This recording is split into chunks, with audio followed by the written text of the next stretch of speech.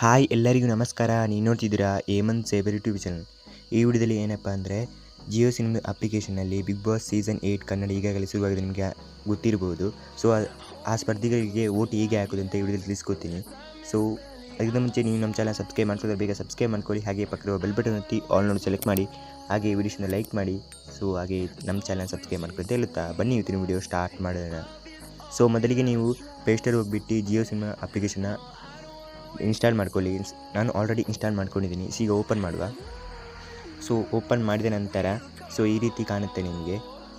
So ನಂತರ ನಾವು ಏನು ಮಾಡಬೇಕಂದ್ರೆ ಮೋರ್ ಮೇಲೆ ಕ್ಲಿಕ್ ಮಾಡಿ ಇಲ್ಲಿ. ಸೊ ನಂತರ ಲಾಗಿನ್ ಆಗಬೇಕು. ಲಾಗಿನ್ ಆಗಲಿಲ್ಲ ಅಂದರೆ ನಮಗೆ ಓಟ್ ಹಾಕಲಿಕ್ಕೆ ಆಗಲ್ಲ. ಸೊ ಮೊಬೈಲ್ ನಂಬರ್ ಎಂಟರ್ ಮಾಡಿ. ಮೊಬೈಲ್ ನಂಬರ್ ಎಂಟರ್ ಮಾಡಿದ ನಂತರ ನಿಮಗೊಂದು OTP ಬರುತ್ತೆ, ಅದೇ ಸೆಂಡ್ ಆಗುತ್ತೆ. ನಂತರ ನೆಕ್ಸ್ಟ್ ಸ್ಟೇಜ್ ಇದೆ ಏನಂದರೆ ನೀವು ಮೇಲ ಫೀಮೇಲ್ ಅಂತ.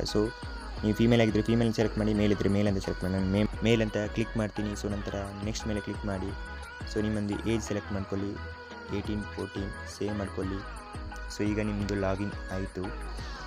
ನಾವು ಬಿಗ್ ಬಾಸ್ ಸ್ಪರ್ಧೆಗಳಿಗೆ ಓಟ್ ಹಾಕಬೇಕಂದ್ರೆ ನಾವು ಏನು ಮಾಡಬೇಕಂದ್ರೆ ನೀವು ಕೆಳಗಡೆ ಬರಬೇಕು. ಇಲ್ಲಿ ನಿಮಗೆ ಓಟ್ ನಾವು ಅಂತ ಕಾಣ್ತಿರ್ಬೋದು, ಇಲ್ಲಿ ಕ್ಲಿಕ್ ಮಾಡಿ.